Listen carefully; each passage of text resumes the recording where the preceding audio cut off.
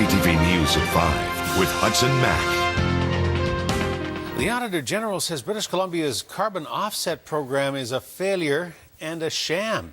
The report is now out, and in it, Auditor General John Doyle says the government spent $6 million on projects to offset the effects of air pollution, but those projects would have gone ahead anyway, so the offsets simply are not credible.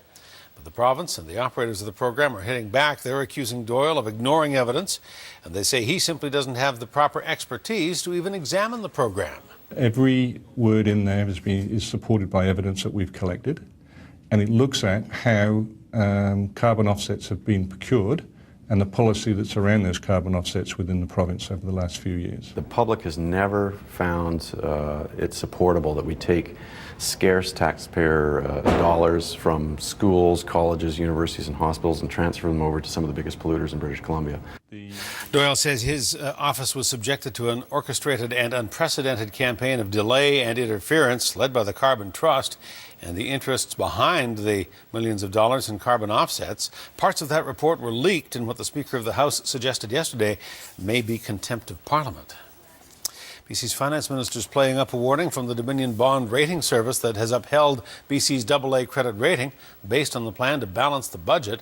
But the rating service warns that that could go sideways if the NDP is elected in May. The Liberals are crowing about this today. They see it as a vote of confidence from the financial community. Potential changes to the way the province runs its skills training program has an association of contractors and businesses worried. The emphasis on skills training is a major issue in the upcoming provincial election. The Independent Contractors and Businesses Association of BC says if the NDP does win the election, there will be significant changes to the province's skills training programs. And it argues that the changes are not good. The association says there'll be a cap on how many people can train and says that means that contractors will not get the multi-skilled training for efficient work, which helps to keep costs low. Look, everybody's complaining about the high cost of housing, for example. Well, housing are driven by construction cost in part and land cost and other things. But if you drive up any of those components, and this system that he's going to propose will drive up construction costs because he'll make it less efficient and restrict the number of people that get in, so young people won't have a chance to get in, I think costs will have to go up. The association argues that with skill shortages across the province, skills training should be kept open. Close to 2,000 seniors in the Capital Region are in limbo, waiting to learn the future of their health care. Contract talks between the physicians and the Vancouver Island Health Authority came to a stalemate, and as we showed you earlier this week, the seniors are worried about their health care, and today they took to the streets. Many of them were outside the centre on Hillside Avenue in Victoria today, rallying for their doctors to stay, but it may be too late. 4 doctors who operate at the Health Point Care Centre have resigned, effective the end of May. And they're refusing to pay more overhead or see more patients, and VHA is refusing to foot the bill. The physicians have worked with hundreds of seniors and understand their chronic and complex care conditions, and their sudden departure is spreading fear amongst the large group that relies on them. It's really important to have a family doctor who knows my case, as I have an ongoing chronic condition. The new people are not going to come in knowing us, so they'll all be dealing with patients they've never seen before. And we will be dealing with doctors we've never seen before. And that makes life a little uncertain and rather frightening for some of us. VHA is assuring the seniors that it will not close the centre and it will hire new doctors. There are nurses and a nurse practitioner there now, and VHA says fill-in doctors are on the way. The seniors are hoping that the decision can be reversed and says it hopes that VHA takes the lead. A homeowner on Vancouver Island's west coast has shot and killed a wolf that was acting aggressively towards his dog. Conservation officers say the wolf cornered the man's dog in the backyard of his home in Ucluelet. Happened about 5 o'clock last night. The homeowner says there were 2 of them. One of the wolves got about 15 meters from his back porch, cornering his dog, so he grabbed his shotgun and took aim. Officers say the same wolf killed a dog in the same neighborhood Friday night. They suspect the wolf had an injury that was preventing it to hunt. Harder to hunt deer, its natural food source. Domestic dog would be easier where it would stand its ground. And that's what happened last night, where the dog was cornered, it was standing its ground, and this wolf was persistent. Conservation says people do have the right to protect themselves and their property from wildlife. Officers say the homeowner acted in a safe manner and did have a firearms license. No charges are pending. A snowy owl that was in the care of the Mountain Air Avian Rescue Society is now free as a bird. With a few flaps of its giant wings, the owl's 2-month stint being cooped up and nursed back to health came to an end. The owl was found covered in mud and feces hiding beneath a tree. It couldn't fly. It was skinny and emaciated, near starvation. Kept alive by a feeding tube, fed every hour and a half around the clock. We suspect most of the birds that we've seen down here are last year's babies. So if you left the Arctic on an empty stomach, you fly 3,000 or so miles and you get here and now all the food looks wrong to you. You were raised on lemmings and Arctic hare.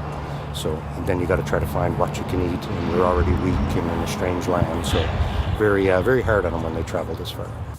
This is the last of the snowy owls to be released from the Rescue Society this season.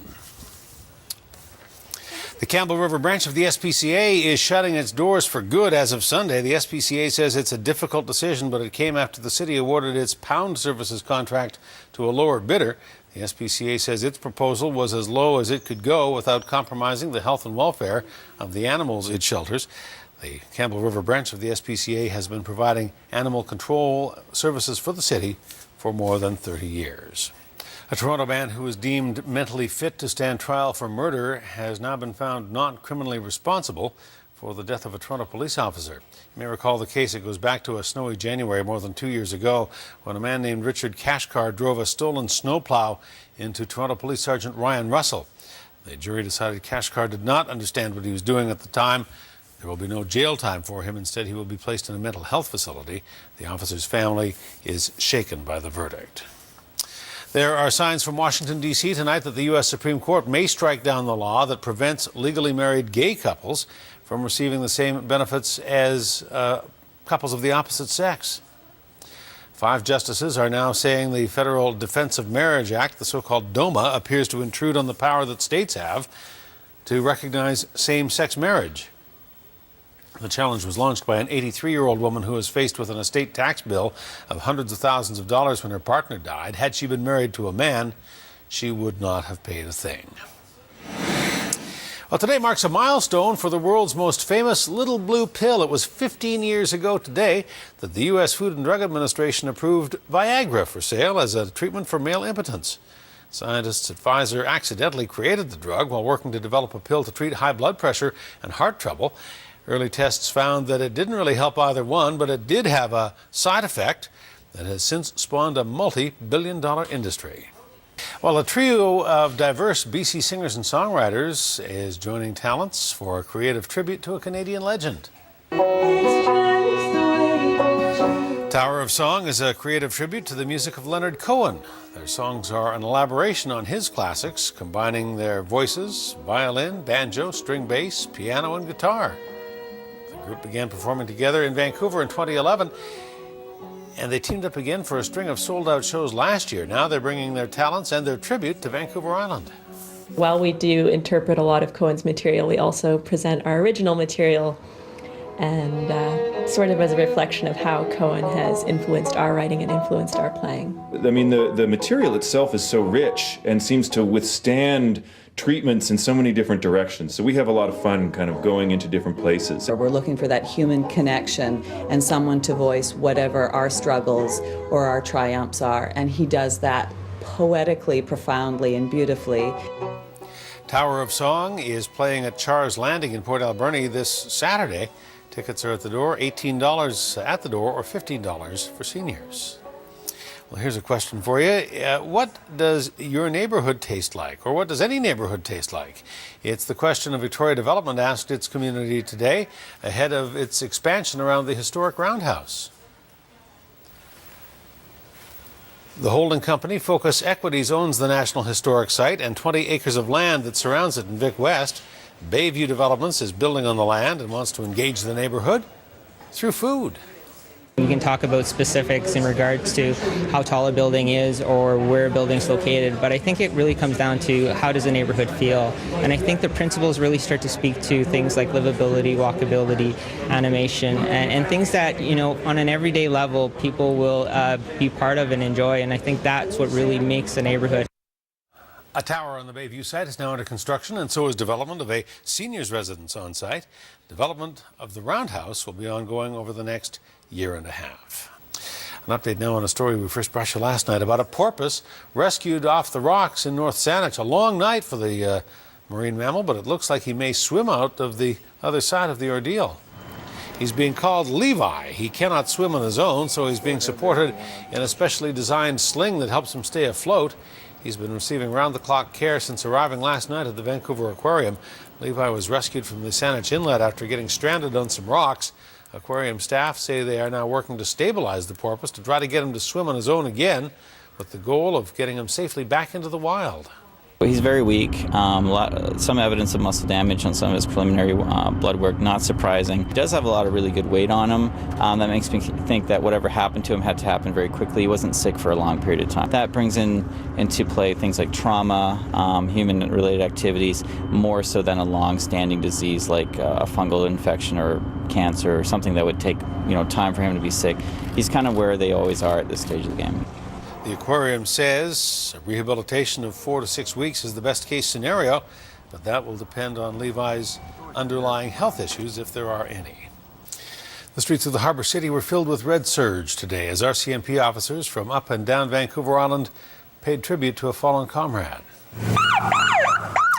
The sun was shining in downtown Nanaimo today on what RCMP say was a rising star in their force. Constable Willie Tung Chu was found dead in his home last week. He died unexpectedly of an aneurysm.